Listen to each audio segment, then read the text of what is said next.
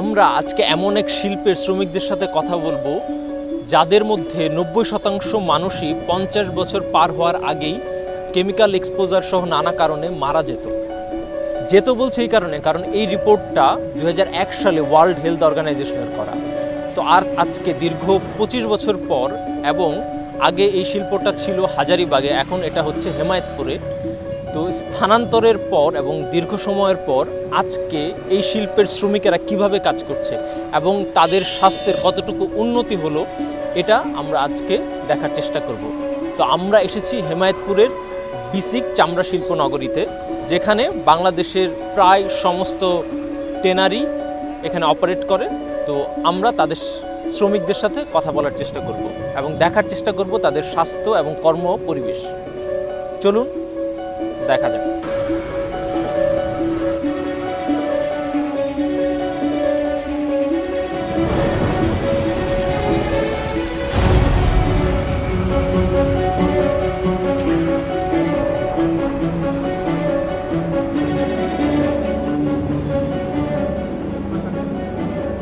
Chemical হয়েছে আর chemical দিয়ে এটা কালার হয়েছে। কেমিক্যাল দিয়ে পরে কালার হয়েছে। জি জি জি জি। আপনারা যে অনেকে ধরেন খালি পায়ে কাজ করতেছেন, ভয় লাগতেছে না? ভয় তো লাগে ভাই, এখন আমরা কি করবো? আমার যদি কোম্পানিরা যদি সেফটি দিত তাহলে তো হইতো। তাই না? না না। আপনাদের কি অনেকের এই কোনো রোগ শোক আছে? আছে আছে, এই চুলকানি আছে, এই যে সব চুলকানি দেখছেন, এ আরো আছে, আবার তো ঠ্যাঙ্গে আছে, এ দেখছেন, এই সবগুলোর মধ্যে আপনাদেরও আছে? সবার আছে। সবার কেমিক্যালের কারখানা যাওয়া সবার আছে। এই এই এই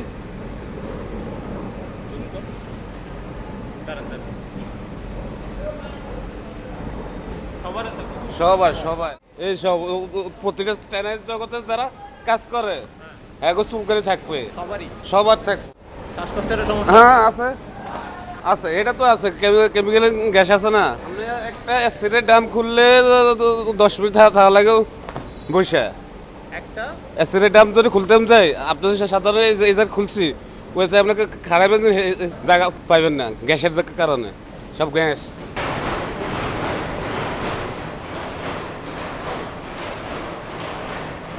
মানে এটাতে কোনো কেমিক্যাল আছে? জি জি, এখানে অ্যাসিড আছে, লবণ আছে, তারপরে যে আপনার লিগার আছে। তো আপনি যে খালি হাতে কাজ করতেছেন, এটা সমস্যা নেই। সমস্যা না না, এটা কোম্পানি আপনাদের দেয় না? কোম্পানি দেয়, মানে কেমনে দেয়? ধরেন আপনারা একটা কোম্পানির লোক না, আপনারা তো দিচ্ছেন, 1 ঘন্টা আপনাকে সামনে দেখাই দিচ্ছে, এখন তো আমরা সেফটি দিই, 1 ঘন্টা পরে যেটা সেফটি দিচ্ছে এটা লয়ে যায়। হ্যাঁ হ্যাঁ, আমরা তো পাই না তো। আপনারা পান না? আপনিও পান না? আপনারা নিজেরা কিনতে পারেন না একটু টাকা খরচ করে? ভাই আমাদের বেতন কত? হ্যাঁ? বেতন কত? বেতন এর বেতন 500 1000 এরকম। দৈনিক যদি যদি একটা সেফটি কিনতে যদি 5,000 টাকা চলে যায়, লাভ কি আমগো? আর পকেটে কিছু থাকবে না তো কিনে দেয়। কিছুই থাকবো না? বেতন কম, এই যে সকাল 8টা থেকে রাতের 8টা পর্যন্ত করা লাগে ডিউটি, আমাদের বেতন কম। আচ্ছা, আপনারা এখন এটা কি করতেছেন এখানে? এটা বুলু লাগাইতেছে। হ্যাঁ? বুলু মাল, বুলু লাগাইতেছে। ব্লু মানে কি? বুলু, হোয়াইট বুলু হইছে। আচ্ছা, এই পানিটা কি? এটা হোয়াইট বুলুর পানি, রিকার পানি, রিকার মানে কি কি আছে এখানে? কেমিক্যাল আছে? কেমিক্যাল আছে। আচ্ছা, তো আপনারা যে খালি হাতে করতেছেন, এটা আপনাদের আমাদের এটা আমাদের সমস্যা নেই, আমরা করতে করতে এটা আমাদের অভ্যাস হয়ে গেছে। মানে কোনো সমস্যা হয় না আপনাদের? না না, আমাদের কোনো সমস্যা হয় না। যারা নতুন আসে তাদের সমস্যা হয়। মানে চুলকানি টুলকানি বা- হ্যাঁ, চুলকানি এটা থাকবে, এইসব কাজে চুলকানি আছে। গ্লাভস ইউজ করে কাজ করা যাবে না। সমস্যা হয়? জি, গ্লাভস ইউজ করলে আপনার কাজের কোনো সুবিধা পাওয়া যায় না। মানে গ্লাভস ছাড়াই কাজ করতে আপনাদের সুবিধা হয়? জি। আপনারা জানেন যে আমরা হচ্ছে সবসময় অন গ্রাউন্ড, একদম সরাসরি যাদের উপর কাজ করছি তাদের সাথে যেয়ে কথা বলার চেষ্টা করি। তো আমরা বেশ কয়েকজন শ্রমিকের সাথে কথা বললাম এবং আমরা চাচ্ছিলাম আরও বেশি শ্রমিকদের সাথে তারা যে পরিবেশে কাজ করে সেখানে যেয়ে সরাসরি তাদের সাথে ইন্টারেক্ট করতে। তো আমরা সেটা আর পারি নাই, কারণ কারখানার যারা মালিক পক্ষ তারা আমাদের আর ঢোকার অনুমতি দিচ্ছিলেন না। অনেক সময় আমরা বাইরে থেকে দেখছিলাম, গেটের বাইরে থেকে, যে ভেতরে শ্রমিকরা একদম কেমিক্যাল লিকুইডের ভেতরে হাঁটু পানিতে দাঁড়িয়ে তারা খালি পায়ে খালি হাতে সেখানে চামড়ার কাজ করছে। তো আমরা সেটা ডকুমেন্টেশন করতে পারি নাই, কিন্তু আমাদের ভিডিও এখানেই শেষ হচ্ছে না। আমরা এখন যেটা করব সেটা হচ্ছে এই ট্যানারি শ্রমিকদের ওপর, বিশেষত হেমায়েতপুরের ট্যানারি শ্রমিকদের ওপর যে সায়েন্টিফিক স্টাডিগুলো হয়েছে, যেগুলো পিয়ার রিভিউড জার্নালে অলরেডি পাবলিশড, আমরা সেগুলো স্টাডি করার চেষ্টা করব এবং দেখব সেই অ্যানালাইসিস আসলে কি বলে, সেই রিপোর্টগুলো আসলে আমাদের কি ইঙ্গিত দেয়। তো চলুন দেখি আমরা সেই রিপোর্টগুলো আসলে কি বলছে।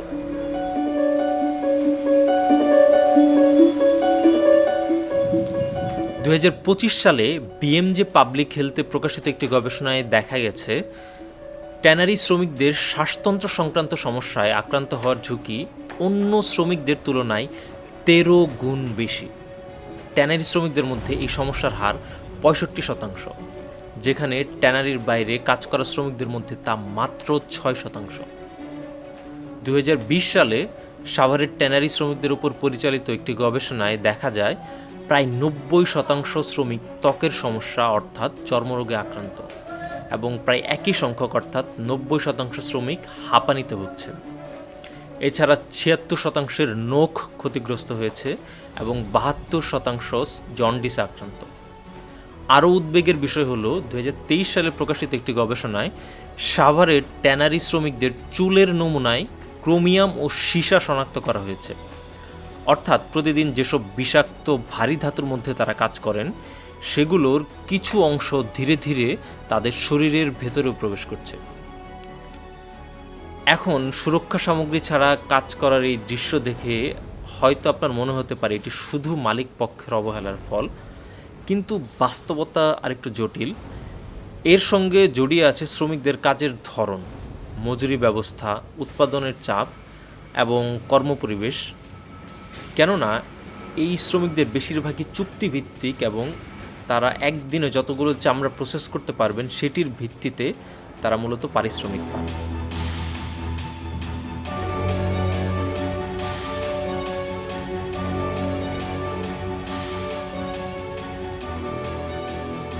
তো কেন তারা প্রতিদিন এই ঝুঁকি নিয়েই কাজ করেন সেটা শুনবো এই চাচার মুখে। তারা পড়তে চায় না, ওগুলো পড়লে তাদের সুবিধা আছে, তাদের সেফটি হয়। সেফটি করতে গেলে তাদের কাজের কিছু ব্যাঘাত ঘটে।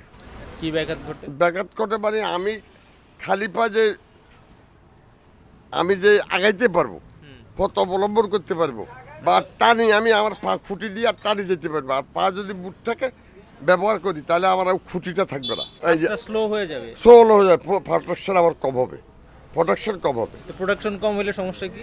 প্রোটেকশন কম হলে তাদের লস। যত কোম্পানির এটা তো কন্ট্রাক্টে লইছে, যত এরা কেউ পার্মানেন্ট চাকরি না, এখানে পার্মানেন্ট 3 মাসের জন্য পার্মানেন্ট আসে না। মানে 3 মাস পরে যারা এই চামড়া রেগুলার কাজের সাথে যুক্ত এরা সব কন্ট্রাক্টে। এটা কন্ট্রাক্ট, ভার্টারি কন্ট্রাক্ট। কন্ট্রাক্ট কি ধরেন একটা চামড়া প্রতি কন্ট্রাক্ট, মানে ধরেন একটা চামড়ার ফিজিশিপ যে এইখান থেকে এই পর্যন্ত এই কাজ করে দেবে এত টাকা। মানে যত পিস করতে পারবে একদিন, হ্যাঁ, ওরা যত কত প্রোটেকশন দিতে পারবে ততই তাদের আয়। এই জন্য ওরা এটা পড়ে না। হ্যাঁ, এটা কম পড়ে। ট্যানারিগুলো যখন আমরা ঘুরছিলাম একটা বিষয় আমাদের চোখে পড়ে, সেটা হলো ট্যানারিগুলোর ভেতর আলো এবং বাতাসের সংকট। বেশিরভাগ কারখানায় অন্ধকারাচ্ছন্ন এবং সেখানে যে বায়ু চলাচলের যে ব্যবস্থা সেটা খুব একটা ভালো না। তো এমনই একটা কারখানায় আমাদের নজর যায় একটা বিশাল ড্রামের দিকে, যেখানে বাইরে থেকে কেমিক্যালযুক্ত চামড়াগুলো ভেতরে তোলা হচ্ছিল।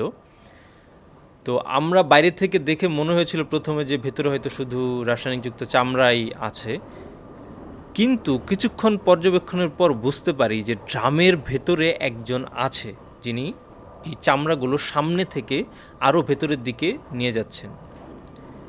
তো ওই পরিবেশে বাইরে দাঁড়িয়েই আমরা তীব্র রাসায়নিকের গন্ধ এবং গরমে অস্বস্তি বোধ করছিলাম। তো সেই বদ্ধ এবং অন্ধকার ড্রামের ভেতর তিনি আসলে কিভাবে কাজ করছেন এটা আমার ভেবে অবাক লাগছিল। তো আমি তার সাথে কথা বলার জন্য এগিয়ে যাই এবং আমার নাম তো রাজু। কথাও বলি। রাজু। রাজু, আপনার কাজ কি ভিতরে? কিন্তু কিছুক্ষণের মধ্যে এই কারখানার মালিক আমাদের থামায় দেন। ওদিকে ফালাই দিই। আপনার পুরো ভিতরটা তো অন্ধকার। অন্ধকার হইলে কিসে আমার লাই তো হর আছে। হ্যাঁ? না যাবে না? আচ্ছা আচ্ছা। এবং তিনি এই দৃশ্য ধারণ করতে নিষেধ করেন এবং পরবর্তীতে তিনি স্বীকার করেন যে এভাবে এই শ্রমিককে ড্রামের ভেতরে যে পরিবেশে কাজ করাচ্ছে এটা আসলে নিয়ম বহির্ভূত। ভিডিও শেষ করার আগে দুইটা নোক্তা। প্রথমত, ট্যানারির যে কারখানা এগুলোতে কিন্তু শিশু শ্রম আছে। যেমন তোমার নাম কি? রিফাত। হ্যাঁ, রিফাত। তোমার বয়স কত? 16। এই পানিতে কেমিক্যাল আছে? কেমিক্যালের পানি তো এটি। দ্বিতীয়ত, কিছু ক্ষেত্রে রাসায়নিক মিশ্রিত বর্জ্য উপচে সরাসরি সাধারণ ড্রেনেজে চলে যেতে দেখা গেছে। অথচ নিয়ম অনুযায়ী এসব বর্জ্য আগে সিইটিপিতে পরিশোধনের মাধ্যমে রাসায়নিকের ক্ষতিকর প্রভাব কমিয়ে তারপর পরিবেশে ছেড়ে দেওয়ার কথা। কিন্তু এটি সরাসরি সাধারণ ড্রেনেজে চলে যাওয়ার ফলে এটি আশেপাশের খাল, বিল, নদী, নালায় যেয়ে মিশবে এবং পানি এবং মাটির দূষণ ঘটাবে, যা পরিবেশ এবং জনস্বাস্থ্যের জন্য খুবই ক্ষতিকর। তো এটাই বাংলাদেশের তৃতীয় বৃহত্তম রপ্তানি খাত চামড়া শিল্পের আরেকটা বাস্তব চিত্র, যেখানে হাজারো শ্রমিক প্রতিদিন এভাবে এই স্বাস্থ্য ঝুঁকি নিয়ে কাজ করে যাচ্ছে। এখন দেখার বিষয় শ্রমিকদের জন্য একটা নিরাপদ এবং স্বাস্থ্যকর কর্মপরিবেশ নিশ্চিত করতে সরকার এবং সংশ্লিষ্ট কর্তৃপক্ষ কতটা আগ্রহী, উদ্যমী। আশা করি ভবিষ্যতে এই শ্রমিকরা একটা স্বাস্থ্যকর এবং সুন্দর কর্মপরিবেশ পাবে। তো এই গুড উইশের মধ্য দিয়ে আজকের ভিডিও শেষ করি। সবাইকে ধন্যবাদ।